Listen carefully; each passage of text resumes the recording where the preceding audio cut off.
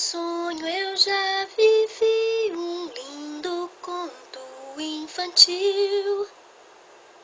Tudo era magia, era um mundo fora do meu. E ao chegar desse sonho acordei.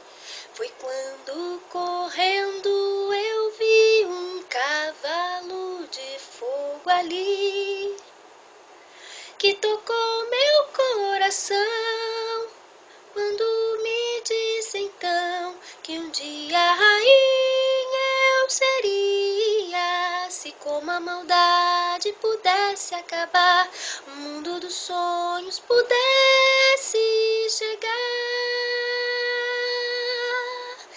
Cavalo de fogo.